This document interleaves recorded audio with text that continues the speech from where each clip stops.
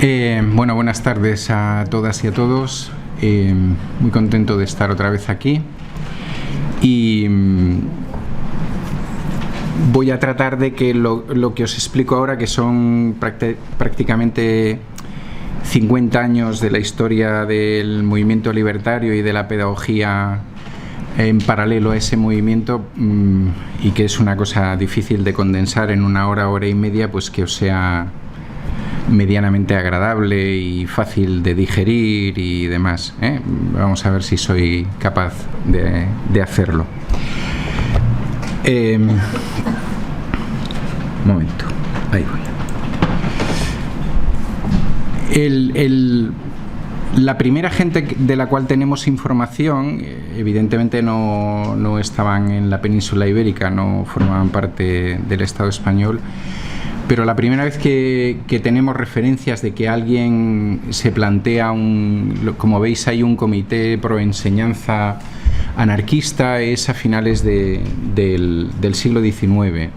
Y ahí tenéis también un listado de algunas de las personas que se lo plantean, y también la cuestión más singular es que la mayoría de ellos no son profesionales de la educación, no son maestras o profesores. Únicamente en el caso de Tolstoy, que os pongo entre paréntesis su experiencia pedagógica, a pesar de que era fundamentalmente un escritor, sí que tuvo una experiencia concreta, ¿no? El resto no lo eran activistas tan importantes como Louis Michel o como Kropotkin, o geógrafos como Reclus o otro tipo de gente. Pero esta gente, lo importante de ellos y de ese grupo es que es una gente que ya a finales del siglo XIX reflexiona sobre dos cosas fundamentales, ¿no? que perseguirán a la pedagogía libertaria a lo largo de los años y de los siglos. Una, las clases populares no tienen acceso a la enseñanza, y cuando tienen ese acceso lo tienen a una enseñanza que, por decirlo de manera rápida, es profundamente castradora. A todo nivel, a nivel intelectual, a nivel vivencial, convivencial, etcétera, en aulas separadas durante muy poco tiempo, con trabajos y enseñanzas muy rutinarias, etcétera, etcétera. Y entonces ellos se plantean la necesidad de, por un lado, llevar a los hijos y las hijas de las clases populares a ese acceso a la educación, y por otro lado que ese proceso de aprendizaje no sea exactamente igual al que en esos momentos están haciendo la Iglesia en la mayor parte de Europa y algunos estados, no todos, porque la mayoría de los estados europeos en esa época no se preocupan para nada de la enseñanza, o lo que en ese momento se llamaba fundamentalmente la instrucción pública. Bien, esta es la primera vez que oímos hablar desde este punto de vista, y ellos se marcan, aunque yo os tengo que decir que si hablamos de pedagogía libertaria no hablamos de un modelo cerrado, que a la pedagogía libertaria le va muy bien aquello de cada maestrillo tiene su librillo, aunque suene un poco carca la expresión de cada maestrillo tiene su librillo, pero sí que es verdad, veréis después que a pesar de que mantienen planteamientos comunes, después hay prácticas concretas un tanto diferenciadas, ¿no? O cuestiones sobre las que unos y una u otras inciden de una manera mayor o menor. Sí hay una serie de premisas, ¿no? Que son esas que tenéis ahí. Esas premisas están sacadas de una serie de frases o de una serie de reflexiones de personas diferentes que formaban parte de ese grupo pro enseñanza anarquista, ¿no? Como esto es largo y a veces lo troceo, entonces no voy a poner la frase de cada uno, pero alguna os la diré, ¿no? La idea de que la enseñanza es una cosa inseparable de la revolución es de Sebastián Faure, un francés, que hizo la Enciclopedia Anarquista y que él venía a decir sin educación es imposible que lleguemos a un cambio revolucionario de la sociedad, pero al mismo tiempo los educadores tenemos que tener claro que sin cambios sociales importantes la educación tampoco cambiará, es decir, establecía una especie de relación dialéctica, entre una cosa y otra. Tenéis que tener en cuenta que estamos hablando de finales del 19, principios del 20, que evidentemente nosotros vivimos en el 21, que estamos influenciados por muchas otras cosas, que algunas de las cosas que yo os diré, os plantearé, os pueden resultar un tanto idealistas, pero era así. Ellos estaban y ellas absolutamente convencidos de que el pueblo instruido sería capaz de controlar sus propias vidas y de cambiar de alguna manera la sociedad. Y ellos creían que la falta de cultura de las clases populares era uno de los elementos básicos para el hecho de vivir o trabajar de la manera que lo hacían. Otro elemento, para la libertad y en libertad, ¿no? Este es un aspecto también muy interesante, en el sentido de que se consideraba, creo que esta frase es de Abad de Santillán, lo tengo por aquí escrito, para no ponerme todo el rato las gafas, cuando no me acuerde de una cosa ya lo miraré. Pero bueno, lo importante era que tú no puedes educar para la libertad y no hacerlo en libertad. Es decir, dicho de otra manera, yo no puedo hacer una educación que pretendo que va a plantear una renovación pedagógica fundamental y un cambio de las mentes humanas y de los modelos de sociedad y en la práctica en la que yo estoy educando no hacerlo. Es decir, seguir manteniendo un modelo estrictamente rígido, un modelo de aprendizaje en el cual yo soy el gran transmisor y vosotros tenéis que abrir vuestras mentes y que mis palabras caigan ahí y luego cerráis la compuerta y eso ya se os va a quedar, etcétera, ¿no? Entonces, por tanto, ellos decían, no se puede hacer una nueva pedagogía, un nuevo proceso de aprendizaje para que la gente llegue a ser libre sin que sean libres en ese mismo proceso o sin que lo intentemos, ¿no?, al máximo. El tercero, la integralidad, probablemente lo más importante. Durante mucho tiempo en aquella época era mucho tiempo porque la gente vivía bastante menos que nosotros. La Primera Internacional, las diferentes reuniones y congresos de la Primera Internacional de la IT hablaba continuamente de educación integral y era si buscáis textos tanto de gente, digamos, que estaba en los diferentes movimientos políticos y sociales de aquella época, pero también algunos educadores más avanzados o educadoras y geógrafos, activistas sociales, etcétera, veréis que hablan de la educación integral. En el caso, posteriormente, luego veréis por qué, posteriormente en el Estado español se utiliza la terminología racionalismo a partir de Ferrer y Guardia y luego explico por qué, Pero la integralidad era la base fundamental de esto de lo que se planteaba.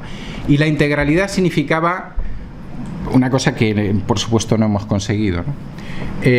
Por un lado, integralidad en cuanto a los aprendizajes, es decir, no se trataba solo de ir o no se trataría de ir a las escuelas o a las universidades, etcétera, a aprender matemáticas o historia o filosofía o lengua, sino que se suponía que el desarrollo de los alumnos, las alumnas, debía ser un desarrollo integral. Por tanto, que había cuestiones que ahora nos parecen hipermodernas, como hablar de la sensibilidad o hablar de la sexualidad o introducir elementos como ahora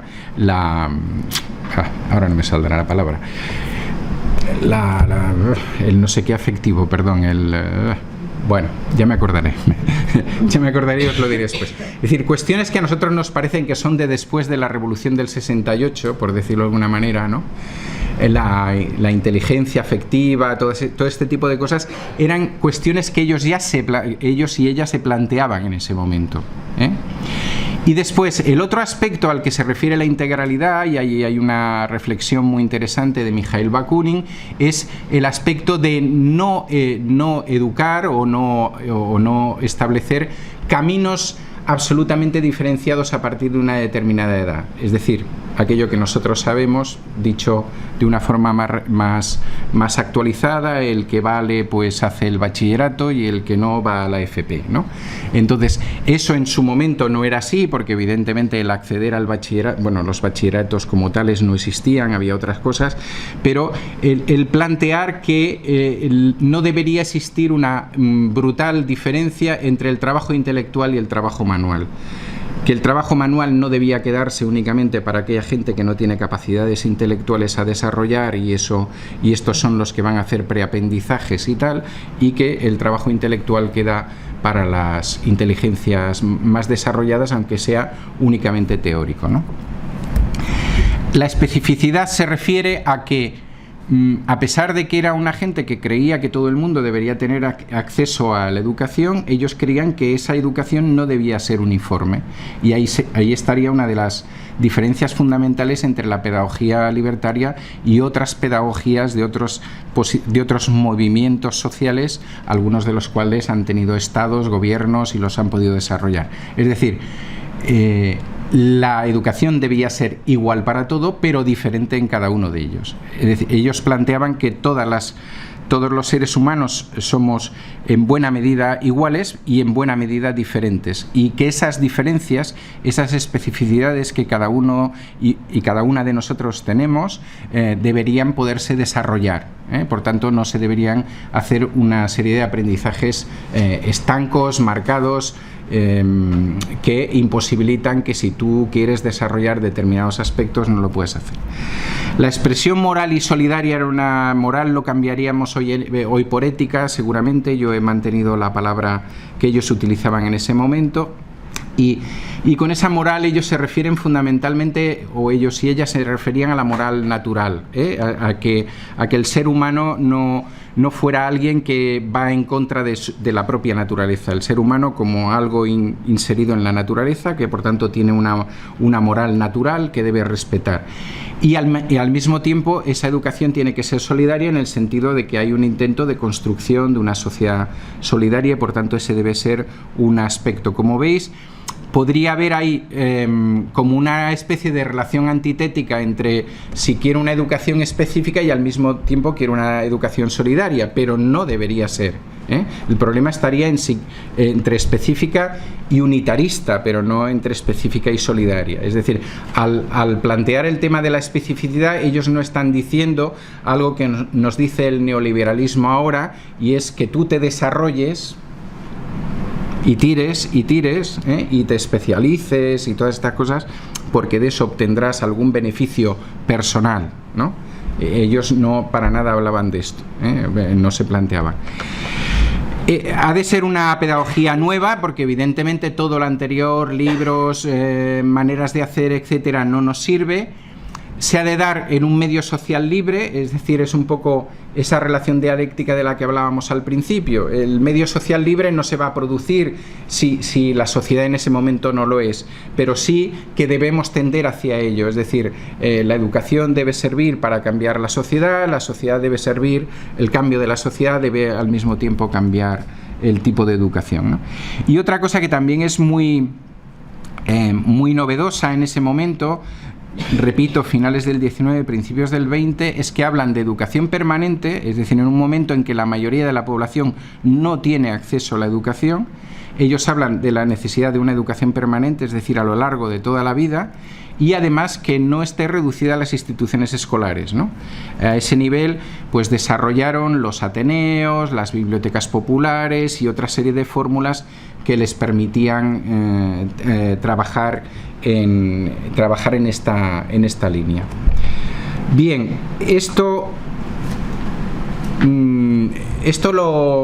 ¿cómo llega aquí? Llega un tanto, si queréis, deformado, de manera heterodoxa. Las cosas heterodoxas en sí mismas no son malas ni incorrectas. Llega a través de Ferrer y Guardia. No quiere decir que nadie en el Estado español hubiera oído hablar de la educación integral y tuviera ideas y hubiera leído artículos al respecto. Lo que sí es cierto es que no conocemos experiencias anteriores, en todo caso sí experiencias paralelas a la de Ferrer y Guardia.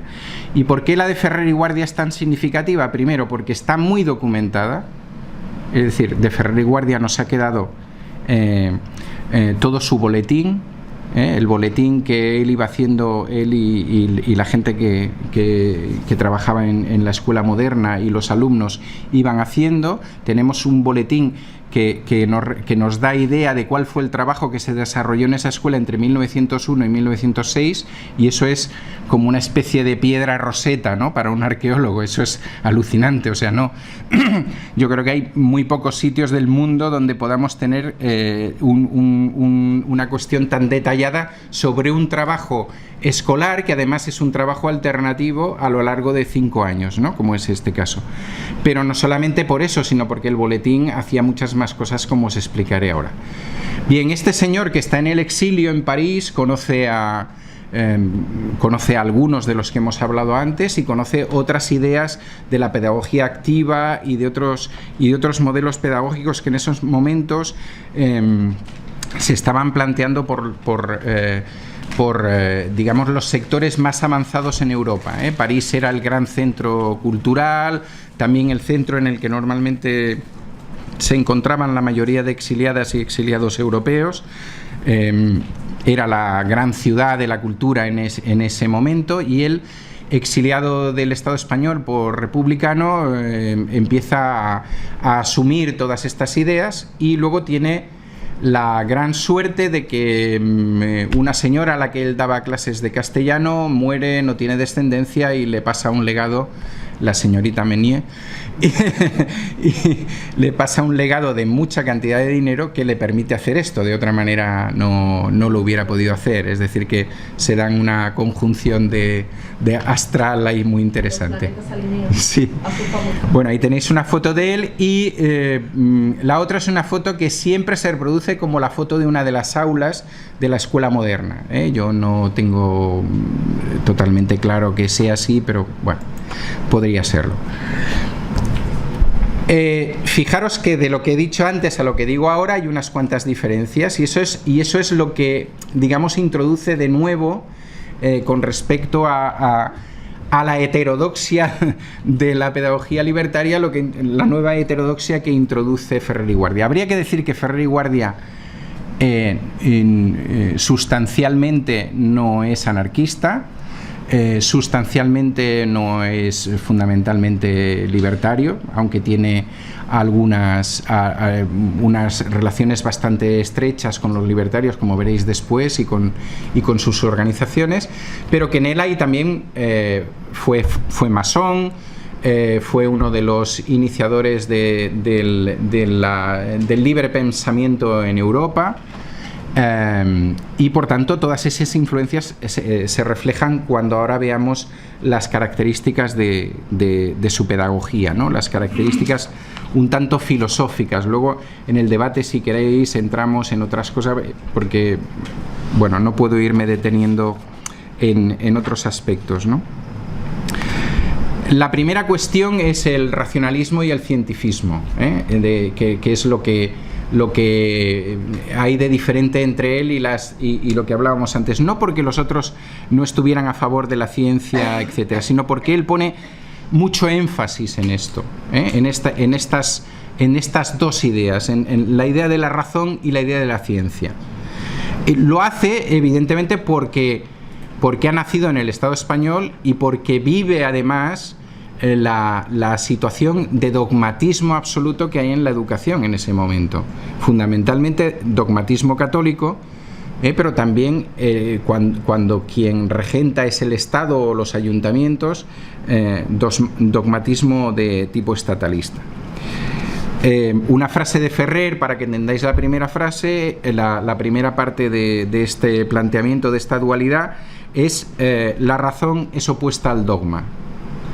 Entonces, él es una persona que confía extremadamente en la razón, ¿no? Y dice, todo aquello que no pueda ser demostrado de manera científica, demostrado de manera razonable, no tiene que ser objeto de estudio. Y entonces, evidentemente, como os podéis imaginar, y así entenderéis cómo acabó, todo lo que hacían en la mayoría de escuelas religiosas de la época no tenía ningún sentido para él, es decir, no tenía ninguna base. Claro, podéis decirme, su confianza en la razón es excesiva, y evidentemente hubo otros maestros libertarios de la época que también se lo plantearon, ¿no? Le dijeron, bueno, lo que podemos considerar razonable en el XX no era lo que se consideraba razonable en el siglo XVIII, en el XVI o en el XV, y a veces hemos tenido por razonables cosas que dejan de serlo después, ¿no? Pero él lo hacía fundamentalmente por ese enfrentamiento con el dogma, ¿no? Y el cientifismo también tiene una frase muy lapidaria al respecto que dice: la ciencia es la maestra exclusiva de la vida, ¿no? Entonces, todo eso él le da un empuje fundamental a cuando él monta su escuela. De hecho, en su escuela, que hay un 40% de alumnas y un 60% de alumnos, es la única escuela mixta que hay en eso, o de las pocas que hay en ese momento en Barcelona y por supuesto en el Estado español, pero él también consigue una coeducación de clases, en el sentido que logra, precisamente con esos planteamientos que estamos hablando al principio, logra que hijos de catedráticos, de médicos, de familias burguesas con un cierto interés por las cuestiones científicas y tal, acudan a esa escuela, y que son en realidad los que les pagan la escuela a los que no tienen dinero. Él hace ahí un reparto económico. Otro tema, la neutralidad ideológica y el compromiso social, que como veis, puede ser bastante antitético. Él plantea que el maestro o la maestra deben ser simplemente un guía de los alumnos, de los niños, fundamentalmente, porque él se dedicó a niños y hasta los 13, 14 años.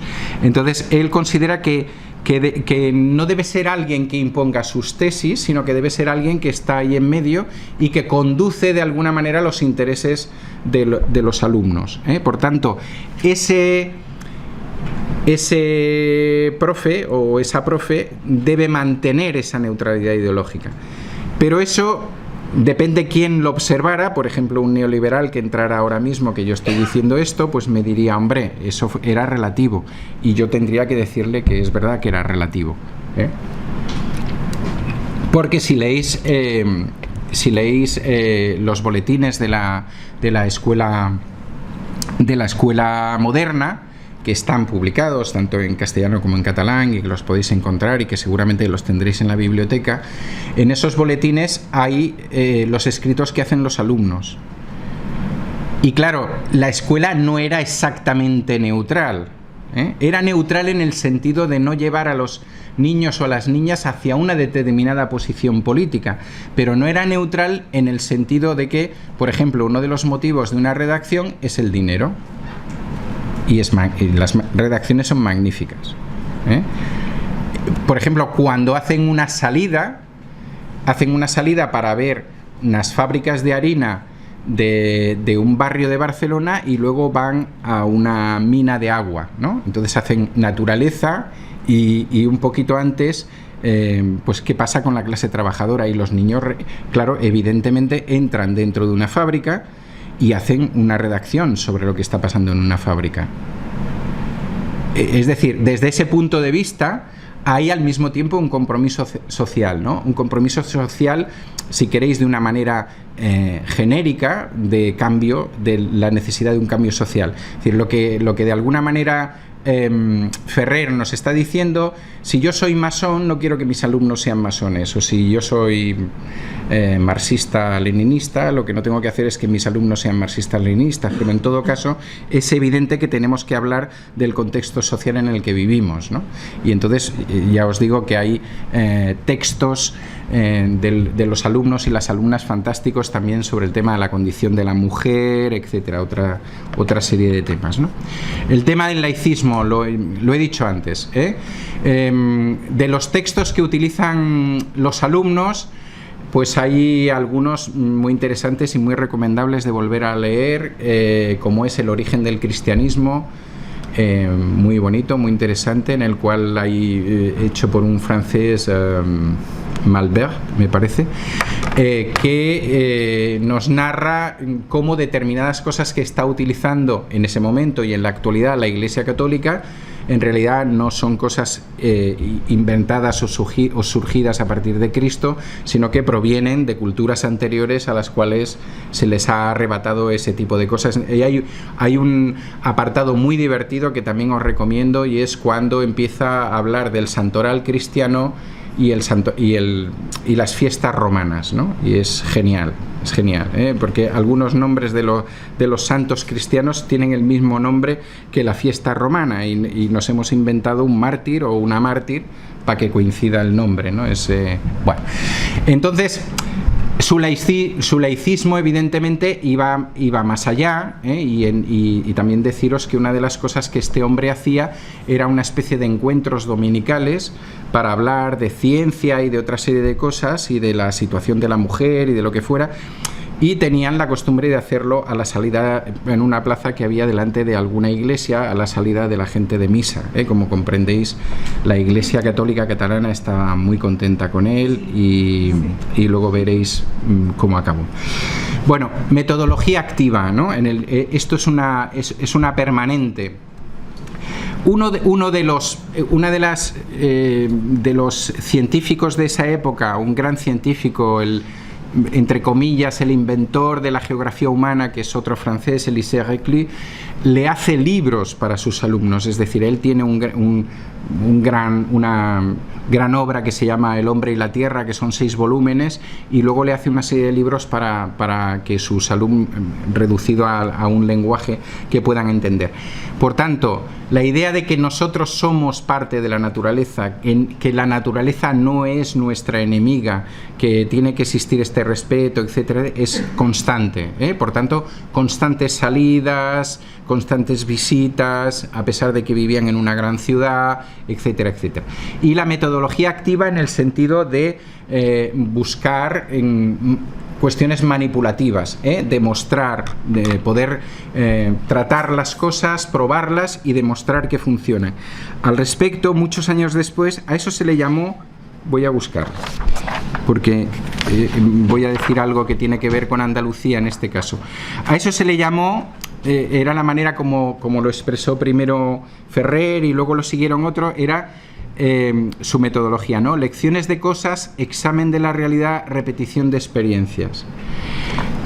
Casi 30 años después, el Sindicato Único de Jaén tenía una publicación que se llamaba Lecciones de cosas, en una revista que se llamaba Cultura y Pedagogía, y que lo que hacía era recoger experiencias concretas que se daban en escuelas públicas de Jaén, o escuelas racionalistas de Jaén, que permitían avanzar de alguna manera en esa línea. La coeducación, la práctica desde el primer momento. En ese momento, bueno, no hace falta que sea ese momento. Yo creo que expliqué esta anécdota la anterior vez que estuve aquí, pero yo, que tengo una edad, solamente he ido con compañeras a la universidad. Es decir, quiero decir que los que nacimos en la etapa del franquismo íbamos separados, y eso era absolutamente normal. Eso ha sido normal, por desgracia, en este país a lo largo de la dictadura de Franco y a lo largo de la dictadura de Primo de Rivera y en los primeros años de siglo. Es decir, lo que es, vamos, por decirlo de alguna manera, en el siglo XX ha sido más normal que los hombres y las mujeres hayamos asistido a clase, quien ha podido asistir a clase, que tampoco era tan normal, por separado que no conjuntamente, muchos más años, a lo largo de 100 años. Entonces, lo que hace él en ese momento, en 1901, es absolutamente transgresor, totalmente transgresor. Luego otras escuelas racionalistas lo seguirán.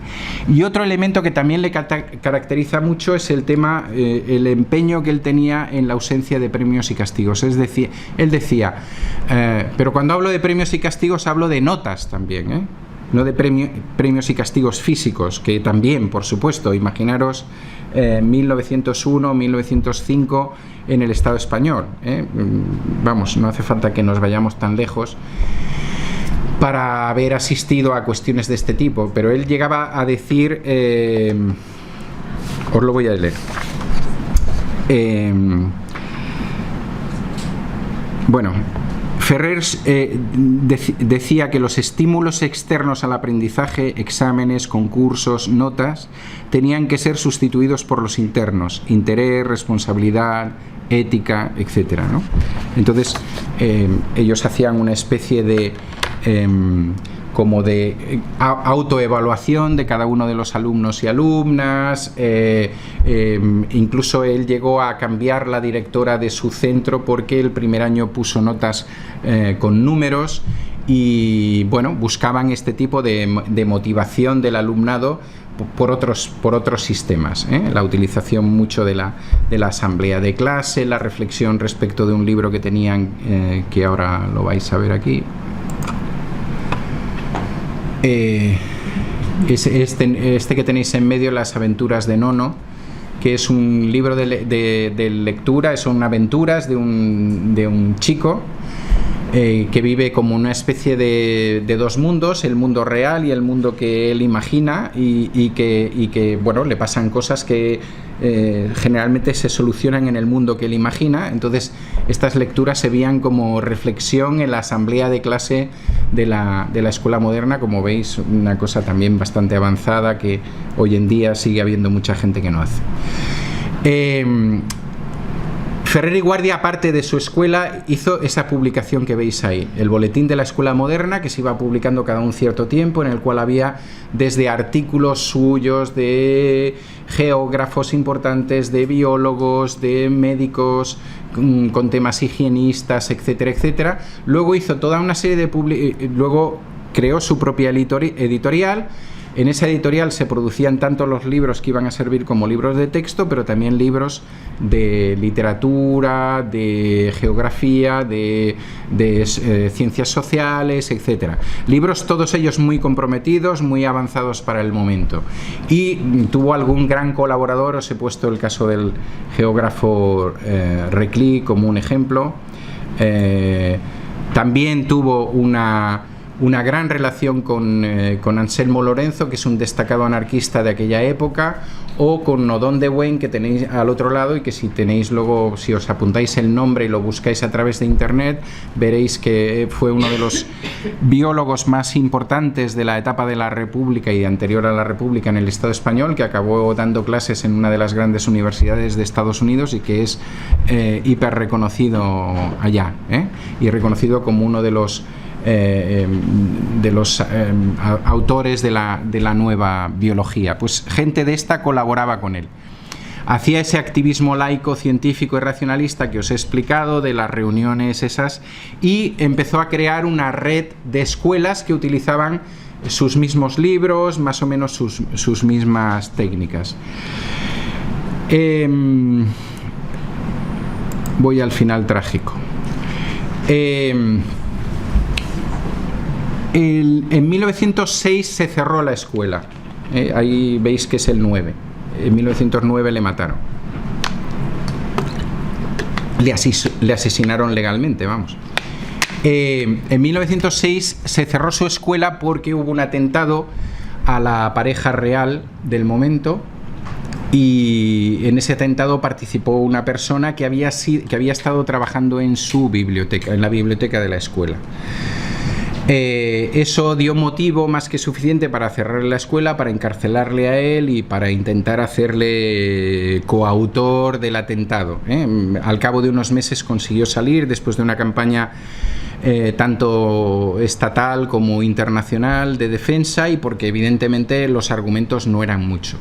Pero en 1909 se produjo la conocida por la historia de la derecha como Semana Trágica, es decir, la oposición que hubo fundamentalmente en la ciudad de Barcelona contra el llevarse seres humanos masculinos y mayores de edad a una guerra en el norte de África que no nos iba ni nos venía ni tenía ningún interés, excepto sí para el rey, por supuesto, para el primer ministro de aquel momento, el conde de Romanones, pariente de Esperanza Aguirre, y para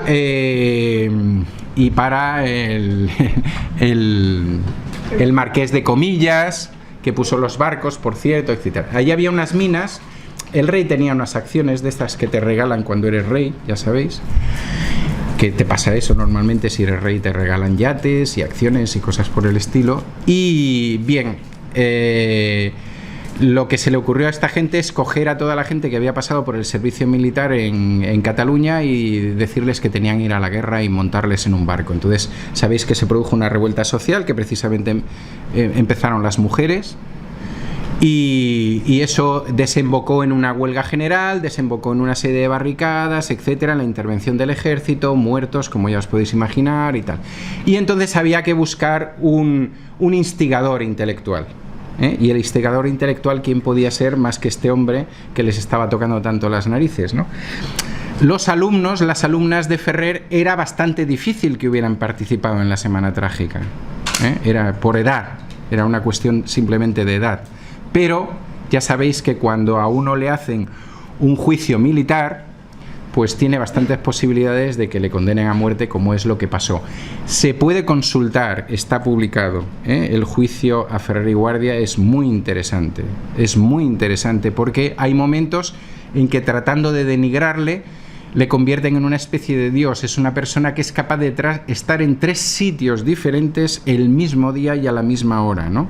Entonces hay momentos en que se le denuncia, es decir, la gente que entra a denunciarle, pues le denuncia por haber estado a la 1 quemando no sé qué en Alella, y a la misma hora resulta que estaba en el barrio de Gracia también haciendo no sé qué otra cosa y tal. Bueno, muy bien. El caso es que lo fusilan en el Castillo de Montjuïc, y eso creará pues una reacción internacional. Tengo que deciros que su estatua en Bruselas sigue ahí como ejemplo del libre pensamiento, que la Facultad de Pedagogía de Bruselas se llama Ferrer y Guardia, como la mayoría de facultades españolas, que se llaman Ferrer y Guardia, o si no, otro nombre, otro que os interese. Bien, y todo eso nos... ¿por qué lo ligo con cómo vuelve eso otra vez al movimiento libertario? Es decir, es evidente que Ferrer, tanto por lo que nos deja, como por su vinculación a lo que entonces es la organización Solidaridad Obrera. Bueno, deciros que en la Semana Trágica mueren 5 personas. Bueno, son ajusticiadas 5 personas. 4 pertenecen al sindicato Solidaridad Obrera, que es el origen de lo que luego será la CNT, y el otro es Ferrer y Guardia. Entonces, Ferrer, que ha tenido esa vinculación con el movimiento obrero, que ha participado activamente en la publicación de una revista que se llama Huelga General, que ha tenido contactos con Anselmo Lorenzo, etcétera, su pedagogía, su modelo de pedagogía se convierte de alguna manera en el modelo para esta organización, ¿no? Para lo que luego será la CNT. Decir que algo parecido, similar, aunque no a partir de Ferrer ni de un modelo como de Ferrer, está pasando en esos mismos momentos en Francia con la CGT francesa. También hay toda una teoría de la necesidad de crear escuelas a partir de los sindicatos, escuelas que eduquen a los hijos y las hijas de los trabajadores, etcétera. Es decir, es un movimiento que no es exclusivo en el Estado español, que pasa en otras partes de Europa, pero que aquí tiene una especial dinámica. Bien, un año después se hace el Congreso de Fundación de la CNT catalana, y como veis, os lo he puesto ahí, uno de los acuerdos es establecer escuelas en los sindicatos obreros. 8 años después, en el Congreso de Les Sants, lo mismo, será cuestión primordial de este sindicato establecer escuelas racionalistas.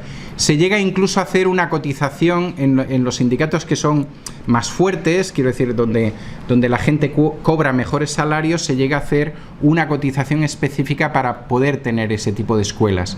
Pensad que en ese momento lo que hoy nosotros llamamos la escuela pública no existe, no existe. Por tanto, las niñas en general no iban a la escuela, y los niños iban muy poquito a la escuela, y sí tenían la suerte de que su barrio, su localidad, el ayuntamiento pagaba una de la parte porque el Estado no enviaba a nadie, etcétera, ¿no? A nivel estatal pasa lo mismo. Congreso de la CNT de 1919, llegan incluso a plantearse en ese momento la necesidad de ellos hacer la expresión escuela normal, ¿la entendéis? Es lo que ahora es una facultad de pedagogía, ¿eh? Entonces se llamaba así, las escuelas de las cuales salían las futuras maestras y maestros, sobre todo maestros, se llamaban escuelas normales. Supongo que esto os dará una idea de por qué los chicos estos asesinados en México hace poco se les llama normalistas, ¿eh? Porque son precisamente chicos y chicas que estaban estudiando para ser maestros o maestras, ¿eh? Y esa era una expresión típica. Entonces ellos llegan hasta plantearse eso. Eso no se lleva a cabo porque fijaros que os estoy hablando, no estoy haciendo contexto histórico, pero si lo hacéis vosotros rápidamente, estamos hablando de Restauración borbónica, Primera Guerra Mundial. En nada va a llegar la dictadura de Primo de Rivera, es decir, que esta gente intentaba hacer todo esto mientras que lo de alrededor se movía, y se movía en contra, en general. En el año 36, en el famoso Congreso de Zaragoza y el dictamen sobre cómo debería ser el comunismo libertario, se toma esa resolución que veis ahí, es una parte, ¿no? Es decir, ¿hacia qué se debía ir? Pues hacia una enseñanza libre, científica e igual para los dos sexos, dotada de los elementos precisos para ejercitarse en cualquier ramo de la actividad productora y del saber humano. Fijaros que esa frase engloba cantidad de los principios que yo os he dado anteriormente, ¿eh? El tema del libre, el cientifismo, la igualdad de sexos, la coeducación y la última parte, la integralidad. Es decir, tanto si voy a ir a una actividad productora como si voy a ir a cualquier otra rama del saber humano, es decir, me voy a dedicar a la ciencia o a cualquier tipo de enseñanza o actividad universitaria, en cualquiera de los dos casos, yo debo, o sea, esta gente, la pedagogía libertaria, lo que ellos querían, debería proveer a esos alumnos y alumnas de esas capacidades y de esas posibilidades. Bien, mientras tanto, ¿qué se hace? Pues se hacen cantidad de escuelas racionalistas en el Estado español. En estos momentos hay contabilizadas unas 160, en lo que son finales de la década de los 10 y a lo largo de toda la década de los 20, a pesar de todos esos problemas.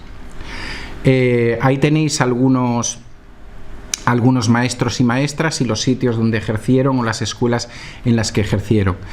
Hay muchos más, por supuesto, yo os he puesto algunos de los más distinguidos por el motivo que sea, y algunos de ellos porque dejaron. Por ejemplo, Higinio Onoja tiene un libro precioso sobre su escuela, se llamaba Armonía, la escuela Armonía, ¿no? Y tiene, de este podemos conservar. Muchos de ellos o murieron antes o murieron durante la Guerra Civil, y por tanto hay muchas cosas de sus experiencias que se nos han quedado fuera. También podemos encontrar bastante cosas. Últimamente hay un libro sobre Antonio de Maimón y no mucho más, y de Sánchez Rosa. Bien, últimamente hay bastante reivindicación en Andalucía, por suerte, de este gran personaje que es vuestro Ferrer y Guardia, por decirlo de alguna manera, ¿no?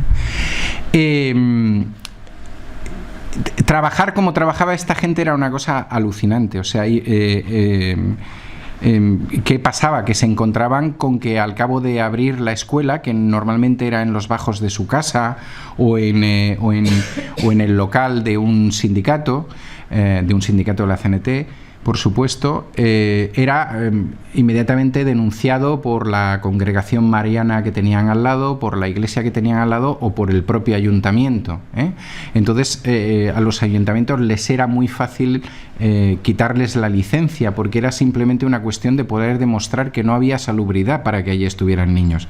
La escuela pública a lo mejor no existía, y la que ellos le habían dado al Estado para que se montara una escuela a lo mejor estaba en peores condiciones. pero como ellos tenían el ayuntamiento, decidían cuál estaba en condiciones o no. Por lo cual, con muchos de estos maestros y maestras os encontraréis que cuando pongo que han estado en 2 o 3 escuelas, en muchos casos no han estado voluntariamente en 2 o 3 escuelas, han tenido que huir por patas y montar una escuela en otro lado. O tuvieron que hacerlo así. Bueno, alguna de la gente más significativa y sus caras para que los veáis. Ella es Ana Villalobos, sí, y es la mujer de Sánchez Rosa.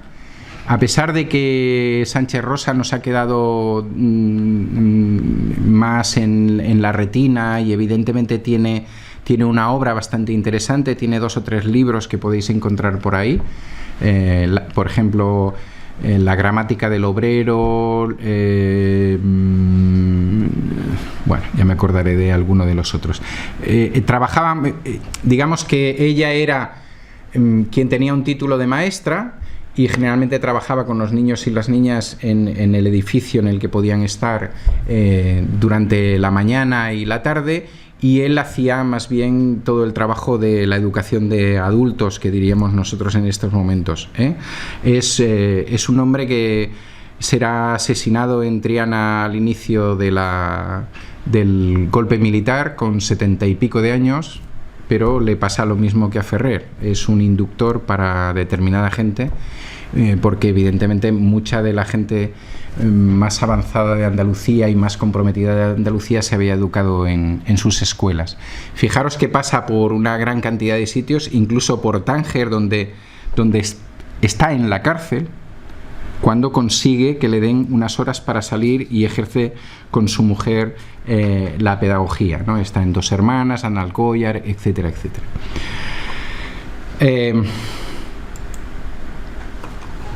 Quintanilla asturiano y Mella gallego son también 2 de los pedagogos interesantes.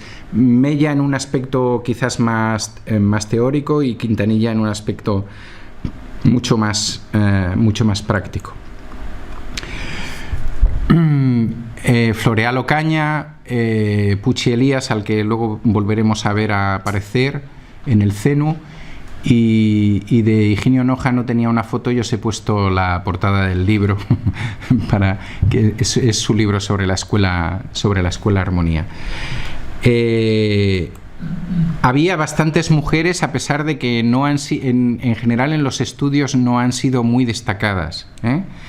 En el caso de Sánchez Rosa y su mujer sería un caso significativo, ¿no? Donde ellos establecen un tándem y además no hay ningún interés por Sánchez Rosa de dejarla en un segundo lugar. En la mayoría de fotos que encontramos con los alumnos están juntos, etcétera. Pero en cambio pues se ha trabajado más la figura de Sánchez Rosa, probablemente por su producción pedagógica, que la de su mujer. Y este es el de Antonia Maimón, que es, me parece que os la relataba antes, una mujer aragonesa que pasa primero por Aragón, luego por Cataluña y que acabará con su marido fusilado, también maestro, y ella acabará ejerciendo la docencia muchos años después en Murcia, donde al final el régimen franquista le deja abrir una escuela para niñas y niños, porque en realidad lo que hace es compensar lo que el sistema no podía dar. Hay un libro bastante reciente sobre Antonia Maimón y bastante interesante. No sé cómo voy. Bien. ¿Media horita más para el CENU o os estoy matando? ¿No? ¿Bien? Venga. Pues así llegamos al CENU. Esto es un cartel, como veis, un poco deteriorado, ¿no? Arriba veis unas siglas que son CENU, que significan, al principio significan Comité de la Escuela Nueva Unificada, traducido al castellano, y el demás supongo que lo entendéis, aunque esté en catalán, ¿no? Escuela Nueva, Pueblo Libre, es muy fácil de entender.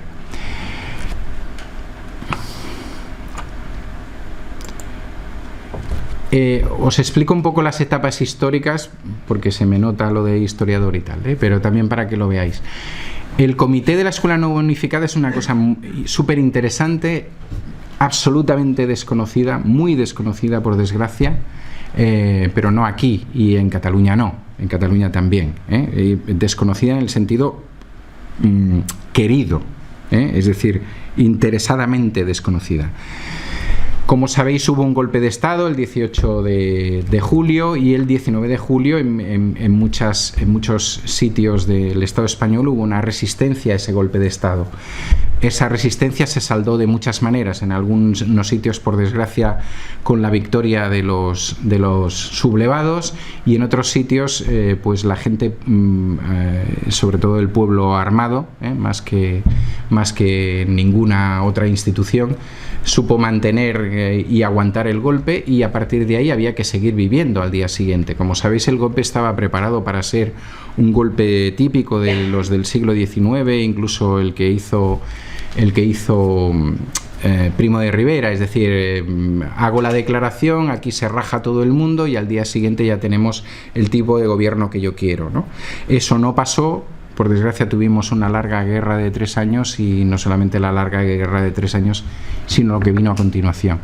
Una de las primeras cosas, es decir, en Cataluña, una vez parado el golpe, hicieron una serie de comités, es decir, las cosas tenían que funcionar. La CNT, por ejemplo, si miráis su publicación, el día 20, llama a la gente a ir a trabajar, hay que ir a las fábricas, hay que seguir haciendo cosas y hay que seguir. Entonces se hicieron comités, se hicieron comités de defensa porque evidentemente estabas en una guerra, se hicieron comités de colectivizaciones para colectivizar las empresas, porque no ibas a seguir respetando a unos patronos que justamente estaban con los sublevados, etcétera, etcétera.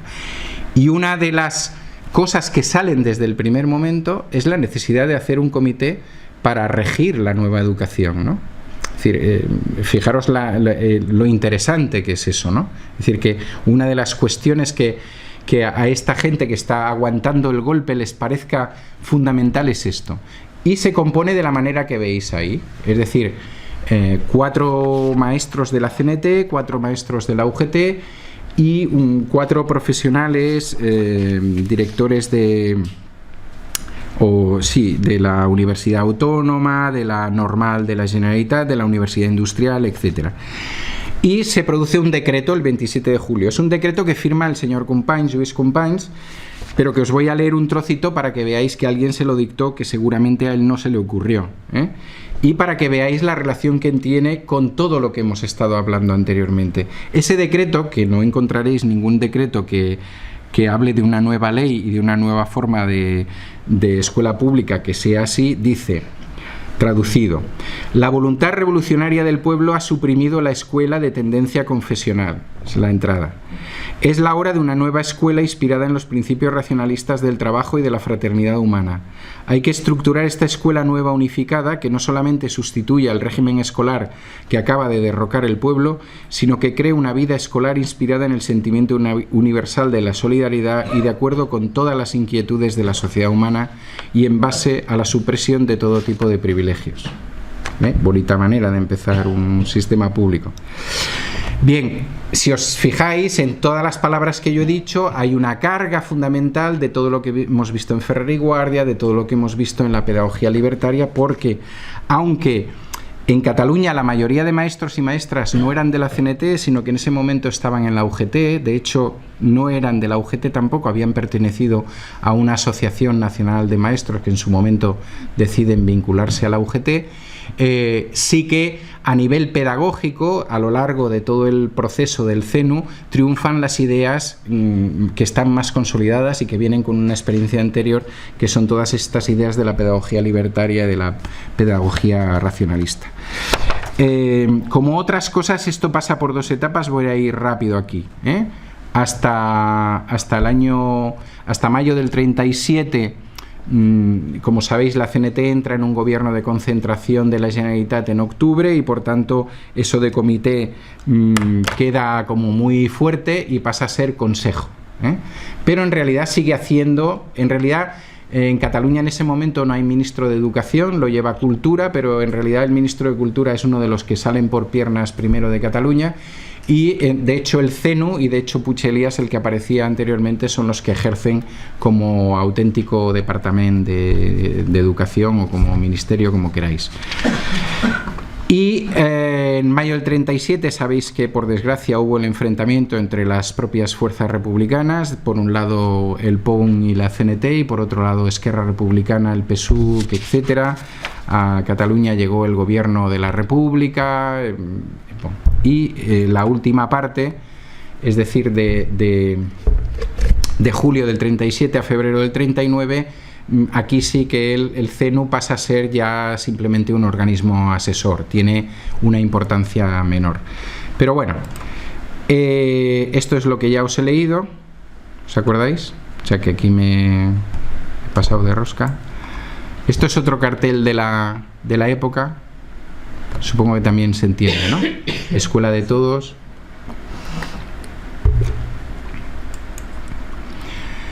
¿Qué objetivos tenía esto? Pues tenía que organizar ese nuevo régimen docente, tenía que crear un nuevo sistema, tenía que procurar que la gente pudiera ir desde la escuela primaria a la universidad y le tocaba coordinar todos los servicios que en ese momento tenía. Por un lado, el Ayuntamiento de Barcelona, que tenía muchas escuelas e institutos, siempre ha tenido, en la actualidad el Ayuntamiento de Barcelona sigue teniendo un sistema público paralelo al sistema de la Generalitat, lo de la Generalitat y el régimen del Estado que había en ese momento. ¿Cuál es la obra más interesante de esta gente?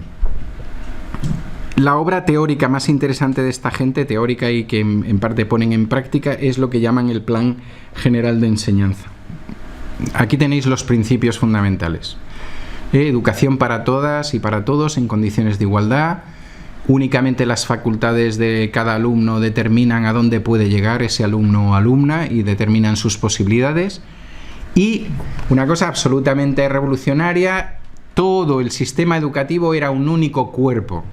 Es decir, esa separación que tenemos en la actualidad, no solamente formal, sino separación incluso de instituciones, el 0-3 que se ocupen los ayuntamientos o quien pueda, del 3 al 6 dentro de poco que se ocupen los ayuntamientos o quien pueda, de momento está dentro del sistema público del cual se ocupa, pues en el caso de Andalucía, la Junta, ¿no? Entonces de 3 a 16 la Junta. Y luego estamos, escuelas de bellas artes, no sé qué, eso va por su lado. FPs, pues depende, a veces eres la Junta y a veces tal. Universidad, por supuesto, autónoma, su propio mundo, ¿no? Entonces esta gente lo que planteó es que todo eso debía ser un único cuerpo, un único cuerpo gestionado por todo eso. Y hicieron un esquema como este, que siempre lo pongo, que no se ve muy bien. Pero es que no quiero trocearlo tampoco, porque me parece que si lo troceo no veis la sensación de cuerpo único, ¿no? ¿Veis? Ellos aquí tienen todo el proceso, 0-3, 3, es la primera vez que en este país se produce escolarización desde 0 a 15 años. Estamos hablando del año 36, recordar que hemos llegado a los 16 en la LOCSE, que no recuerdo qué año era, pero 90 y algo, ¿no? La LOCSE, sí, 90 y pico. Bueno, 0-15, luego todo el tema de las escuelas de aprendizaje, preaprendizaje, la escuela del trabajo, que sería como una gran FP, el Politécnico básico, que luego os lo explico un poquito, a partir de aquí escuelas técnicas, etcétera, etcétera. Todo un montaje diseñado por 4 maestros de la CNT y 4 de la UGT y 4 profesionales en el escaso margen de julio a septiembre del mismo año, porque había que empezar en septiembre, había que escolarizar, ¿Sabéis esas cosas que ahora la administración no puede hacer ni loca? Vamos, en ese margen ni mucho menos, y con muchísimos más asesores, etcétera, etcétera. Bueno, un poquito por partes. No os lo voy a leer todo porque sabéis leer y ya lo vais viendo, ¿no?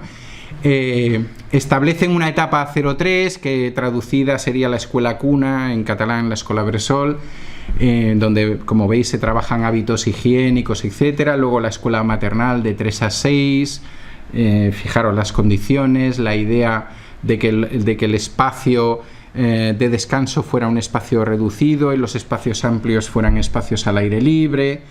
Luego el tema de la escuela primaria de 6 a 15. Yo he puesto ahí ciclos, pero a eso habría que ponerle muchísimas comillas. Ellos no hablaban no utilizaban el tema cíclico como utilizamos nosotros, les horrorizaba un poquito.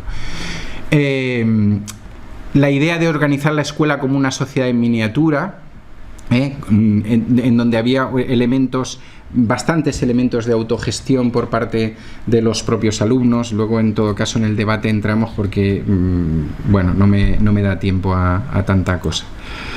Una foto de una clase de la época, en la que, como veis, en este caso están trabajando en grupo.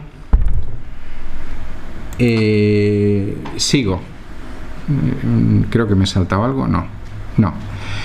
Sobre pedagogía, ¿no? Que es una cosa ahí. Pero bueno, sí, vale, muy bien. Organizaron, luego veréis que incorporaron a 130.000 alumnos en esos escasos 3 meses. Pero ¿qué es lo que pretendían? Pues ahí tenéis, ¿no? Es decir, eso está textualmente traducido, y era textualmente su tipo de práctica. Técnica de trabajo globalizado, múltiples medios de trabajo, de documentación, de investigación, para que los alumnos de una manera natural lleguen a una enseñanza individualizada, es decir, cada uno intentando hacer dentro de lo común su propio recorrido. Y fijaros sobre todo en la última frase, que es lapidaria y que tira por tierra todo lo que se ha pretendido en muchos momentos y a veces se sigue pretendiendo.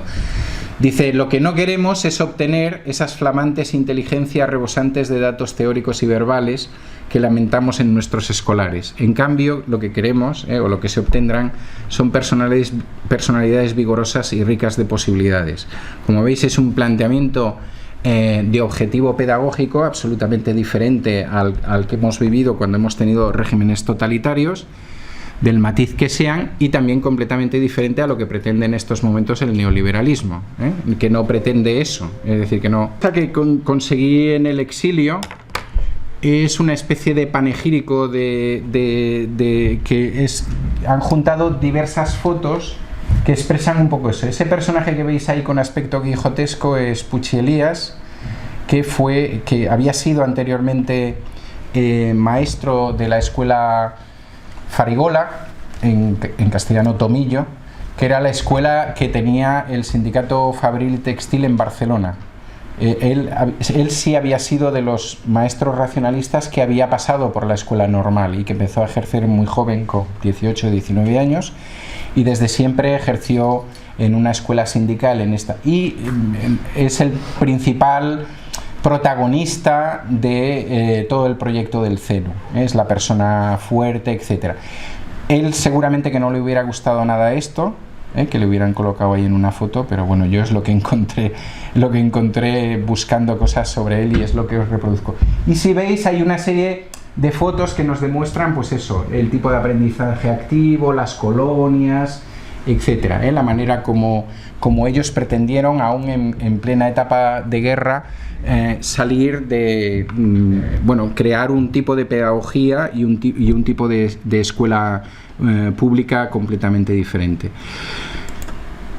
Le dieron una gran importancia a la escuela rural, consideraban que era la escuela ideal, y a diferencia de lo que nos está pasando en la actualidad, como podéis ver al final, ellos creían que cada pueblo, por muy pequeño que sea, debería tener su propia escuela, que cada comarca debía tener una escuela politécnica, lo que hoy nosotros llamaríamos un instituto a lo grande, ¿no? Y tal, y además que existieran escuelas de agricultura en aquellas capitales más importantes.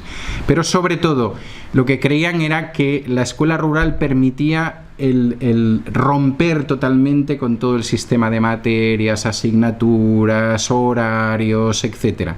Y fue, al menos es de la gente que yo conozco que ha ejercido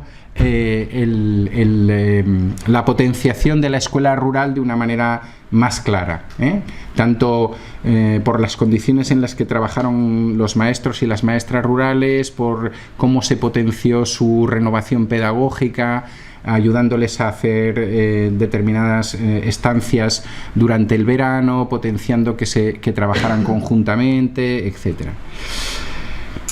Bien, cuando esto acababa, cuando esa etapa hasta los 15 años acababa, existían estas posibilidades que veis aquí, escuelas de preaprendizaje, escuelas de aprendizaje, la escuela del trabajo, a la cual se podía llegar o bien directamente o a través de estas escuelas anteriores, y el Politécnico Básico, que es algo que nosotros no conocemos y que no es exactamente un instituto de secundaria, puesto que ellos lo que pretendían es que el aspecto teórico y el aspecto clásico estuviera ahí, teórico y práctico, se trabajara de una manera semejante, ¿no? O parecida.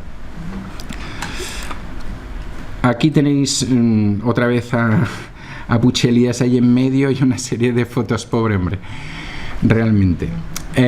Y una serie de fotos de algunas de las cosas que os voy a explicar después. Como veis, bueno, por lo menos había un microscopio, por lo menos sabemos que había un microscopio, seguramente que había más de uno. Veis salidas al zoo, determinadas cosas, y veis unas escuelas magníficas, que son esas que veis en los extremos, que por supuesto de entrada no eran escuelas, sino que eran las mansiones de los burgueses que las habían abandonado para estar al lado de Franco, al otro lado de la frontera, y que como en ese momento hacían mucha falta escuelas, pues fijaros qué sitio más genial para tener una escuela, qué espacios más, ¿no? Con unos jardines, todo el trabajo de biología y ciencias naturales maravilloso, todos los que habían sido indianos con sus palmeras y sus cositas, una maravilla. Porque una de las cosas que además tenía el CENU es que había una orden al comité de milicias, que todo aquello que el comité de milicias encontrara que era susceptible de que fuera una escuela, se pasaba para que fuera una escuela, ¿no? Y los materiales igual, libros y demás. Vamos, hicieron un... Bueno, en la parte de arriba, escuelas técnicas y universidades, ahí os dejo un poco el tipo de planteamiento que hicieron. Quizás por supuesto, fue el que menos se desarrolló. Lo podéis imaginar, es decir, claro, había una guerra, la mayoría de los chicos y chicas en edad universitaria participaron en ella de una manera u otra, o se fueron al frente o asumieron otro tipo de responsabilidades, y se puede hablar prácticamente de un primer curso más o menos de normalidad, y por tanto la parte referida a la universidad es probablemente la que menos se llevó a cabo. Hacia las bellas artes, los bellos oficios, etcétera, se podía entrar desde cualquier manera, y he dejado aquí el Politécnico de Adaptación, y ahora vuelvo atrás y ahora espero que me acuerde de volver para adelante. ¿Mi ratón se ve? No. El que veis ahí arriba. Esa idea de la universidad para mayores de 25 y tal, que supuestamente es de los socialistas, pues resulta que a esta gente ya se les ocurrió. Esta gente se planteó, vale, la gente que ahora tiene 0 años, 3, 5, 15 va a estudiar en nuestro régimen, pero el que ha nacido anteriormente, bueno, en régimen, en nuestro sistema educativo, pero la gente que ha nacido anteriormente, ¿qué hacemos con ellos? Entonces se plantean eso, un politécnico de adaptación, en el cual aquellas personas, hombres o mujeres, que no habían podido o que no tenían una titulación para acceder a la universidad, pero que sí tenían una serie de conocimientos, pudieran hacerlo. Entonces existían normalmente por barrios o por localidades una serie de instituciones que ayudaban a preparar una especie de prueba para entrar en la universidad, y por tanto, como veis, hay cosas que creemos que son hipermodernas y que a alguien se le había ocurrido anteriormente, y que no hay mucho interés por recuperar que a esta gente se le ocurrió, se le ocurrió y lo llevaron a cabo en la medida que os vuelvo a decir, dado que la gente en etapa juvenil. Bueno, voy acabando, ¿vale? Escolarización. A pesar de que estamos en la Segunda República, llevamos desde el año 31 en la Segunda República, en Cataluña existen 150.000 niños y niñas sin escolarizar. 150.000. No he buscado cuántos existían en Andalucía en la misma época, ¿eh? Es decir, la República había hecho todo lo que había podido, pero evidentemente lo había hecho pues con los medios que tenía, con lo que podía y tal. Y entonces era un proceso muy lento. ¿Qué hace el CENU? Escolarizar a prácticamente 130.000. ¿Cómo los escolariza? Como os he dicho. Es decir, mansiones.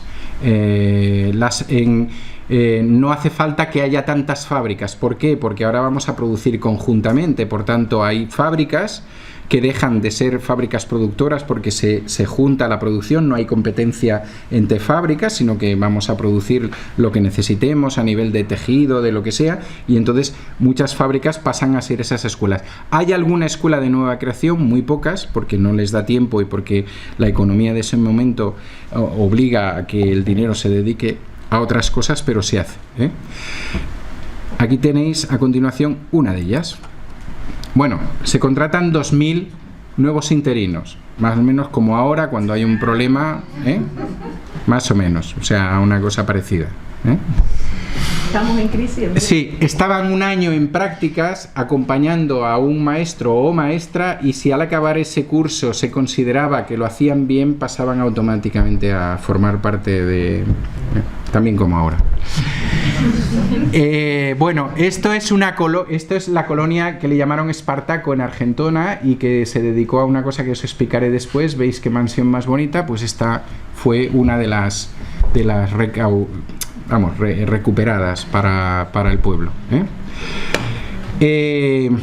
A nivel de otras realizaciones, pues evidentemente, igual que le pasó a Ferrer, había que hacer textos nuevos, porque lo que no podías hacer es intentar plantearte un sistema de aprendizaje con los textos que te había dejado la dictadura de Primo de Rivera, ¿eh? y los Borbones, vamos, o sea, entonces, pues evidentemente hubo un servicio de material escolar. El primer decreto de coeducación, que es del 28 de septiembre de 1936, por cierto, se produce en Cataluña y luego se hace a nivel estatal. Cuando esto tira para adelante, todas las escuelas tienen que ser escuelas mixtas y se trabaja todo el tema de la coeducación. Bueno, cursos de cultura general, plan de analfabetismo, colonias de verano y residencias para los niños refugiados. Es decir, Cataluña empieza a recibir en ese momento sobre todo niños y niñas refugiados de Cantabria, de Asturias y del País Vasco, que el franquismo ya está bombardeando y está intentando recoger, y se envía a esos niños y niñas. Y esos niños y niñas van a parar a colonias, como en esa casa que habéis visto, y aquí los tenéis. Eso es la foto. ¿Que son huérfanos o...? No, no lo son, no necesariamente, ¿eh? Simplemente que la situación en el norte ya es una situación de conflicto que llega a todos los lugares. Entonces, por seguridad, eso se hace en Cataluña con respecto al norte, en Valencia con respecto a Madrid y el centro, y se recogen a esos niños. Hay un documental precioso que se llama Negras, Bombas, Rojas, Naranjas o algo así. Juega con las bombas y las naranjas. Se han conseguido bastantes imágenes de una residencia valenciana, y luego, por suerte, la documentalista consiguió que 3 de las niñas que habían estado todavía vivieran y pudieran volver al sitio en el que habían estado, ¿no? Es un documental precioso de la Fundación Salvador Seguí, por cierto. Entonces, bueno, aquí tenéis a este señor, que es el compañero Perelló, dicen ellos. Yo aquí he copiado textualmente, ¿no? El abuelo, le tenían aquí de vigilante de los niños, pero también de los maestros, por si acaso alguien, y de las nurses y tal. Esta fotografía sale fatal, pero os la he querido poner. Es decir, esta es la parte de las cunas y tal para los niños más pequeños, para que penséis, porque en ese momento hay una guerra, está en conflicto, y ellos, a pesar de eso, se preocupan de que esos niños y niñas que han venido de otros lados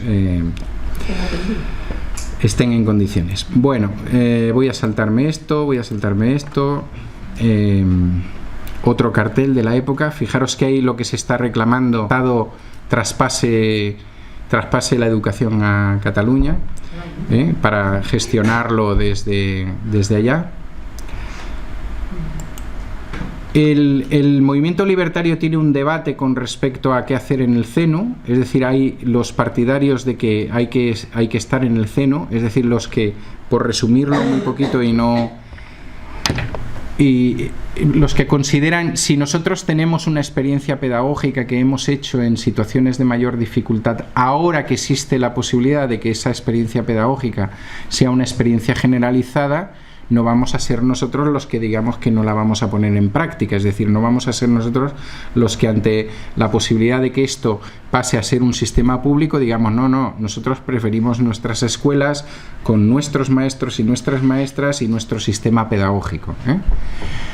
De ese parecer es la mayoría, de hecho hacen un pleno en octubre del 36 y en ese pleno sale mayoritariamente esa posición, pero también había otra gente, como veis ahí, Floreal Ocaña, que él opinaba que era mejor que los libertarios no se contaminaran y mantuvieran sus propias escuelas. ¿Qué hace el CENU?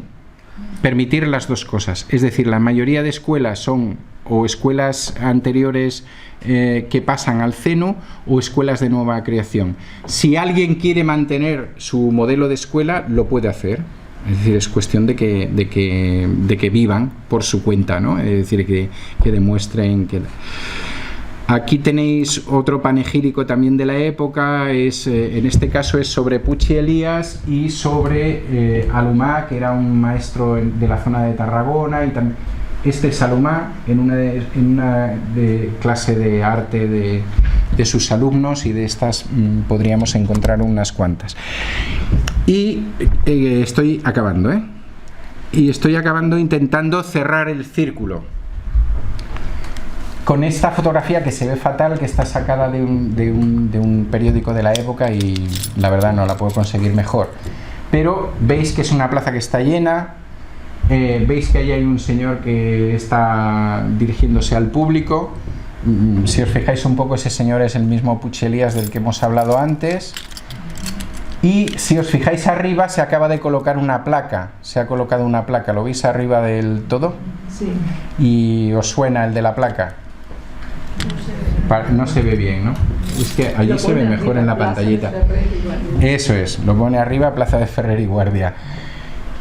Y pone otra cosa, dice Plaza de Ferrer y Guardia, la que llevaba el nombre de un obispo. Y ahora vamos a la parte del obispo, pero primero acabamos con Ferrer y Guardia. Es decir, ahí estamos. En el año 37, una plaza de Barcelona lleva el nombre de Ferrer y Guardia, un maestro racionalista que en ese momento forma parte del CENU y es consejero de Cultura del Ayuntamiento de Barcelona, es el que hace la charla inaugural de esa plaza. Es decir, de alguna manera, del iniciador o del introductor en el Estado español de la pedagogía libertaria, acabamos con la consolidación, quizás en el momento para mí más álgido de esa pedagogía, es cuando esa pedagogía se pone al servicio de un sistema y de un modelo público, pues la está inaugurando, ¿no? Es como cerrar el círculo. Ahora voy a acabar con una anécdota de fácil comprensión, que es, como veis, dice que llevaba el nombre de un obispo. Eso es 1937. Ahora estamos en 2016. Seguro que lleva el nombre de otro obispo. Ahora, ¿de quién creéis que llevará el nombre? ¿De Ferrer y Guardia o del obispo? Del obispo, muy bien. O sea que veis todo lo que hemos avanzado en 80 años, ¿no? Sería del 37 aquí, pues más o menos 80 años.